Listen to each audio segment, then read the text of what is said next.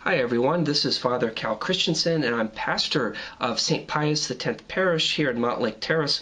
It's a real blessing to be with you once again for this exciting video series.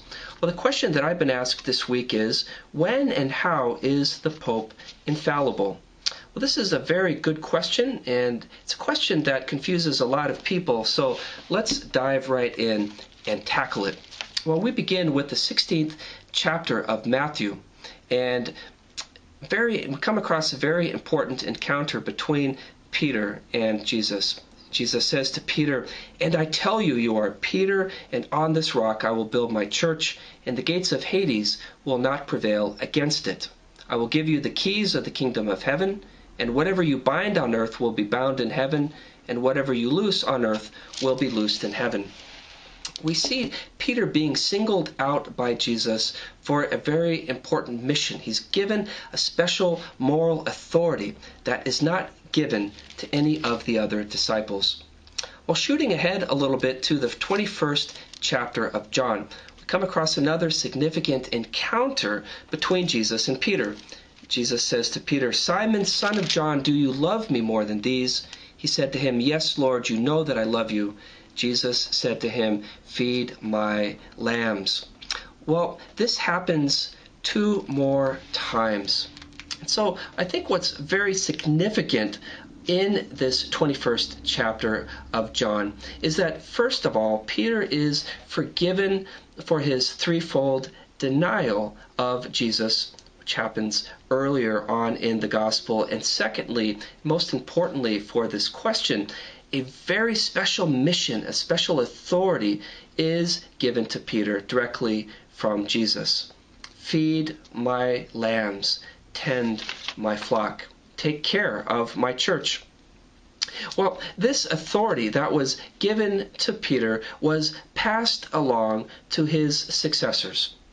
For instance, in the latter part of the 1st century, we come across the 4th Pope of the Church, Pope Clement, who wrote a letter to the Christian community in Corinth to resolve a dispute that was really causing a lot of chaos within the community. And so what's interesting is that it was the Bishop of Rome that was called upon in order to resolve this dispute. So we see the initial stages of the universalization of the Pope's moral authority that was given to him by Christ himself. So what is this moral authority?